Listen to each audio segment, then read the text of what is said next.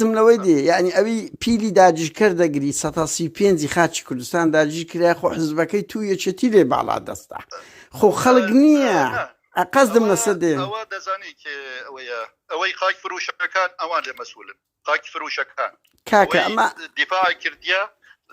لە سحێلە لە پردێ دەزانی کێ بوون قوربانی دایە شەهید ئەدی ئەوەی سویەکی ئابوو شنگالی کرد خۆم لەگەڵت دام یعنی 16 ئۆکتۆبەریش خیانەت بوو ئەم لەگەڵت داما شنگال لەسەر داوای شنگالیەکان بوو بە خۆیان گوتی بە شەر یەکتر ناکەین ئێمە نامەت خوێن بڕێژێت لەسەر داوای ئەوان بوو ئەگەر ئەمری سەرکرداتی ئێمە بوو لەوێ دیفاع بکرێت بەڵام ئەوان گوتی داوا دەکەین ئێمەش مراعاتی کوردی یزدی دەکەین بە شوێکی تایبەت یعنی کوردانی یزیدی ئەوە شتێکی نوێیە کا قادر تخوا ئەوە جملەیەکی یعنی کە ئەنگۆ دیفاعتان نەکرد لە بە خاتری ئەوەی خەڵکی شنگال گوتیە نابی دیفاع بکەن ئێمە لەگەر میلەتین میلەت ئەزانم ئەتوێ قەوس وەختی داعش هات ئەنگۆ دیفاعتان نەکرد ئەو خەڵکەتان وەکو دیفاع ئەوەندە بوو کراو شەهیدمان هەیە بریندارمان هەیە 8,000 چەکدارتان لەوێن دەربوو هەموومان دیت کو هەراتن لە بۆ ناوی 200 چەکداری داعش یعنی بە 200 کەسی ئەو هێزە گەورەی پارتی سەحبی کردەوە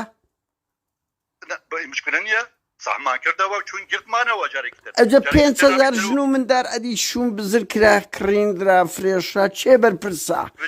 ئەتو کچەکی خۆت لەوێن دەربووە کچەکی خۆت بجی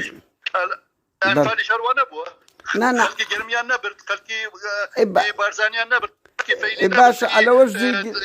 بادینان نەبرد برا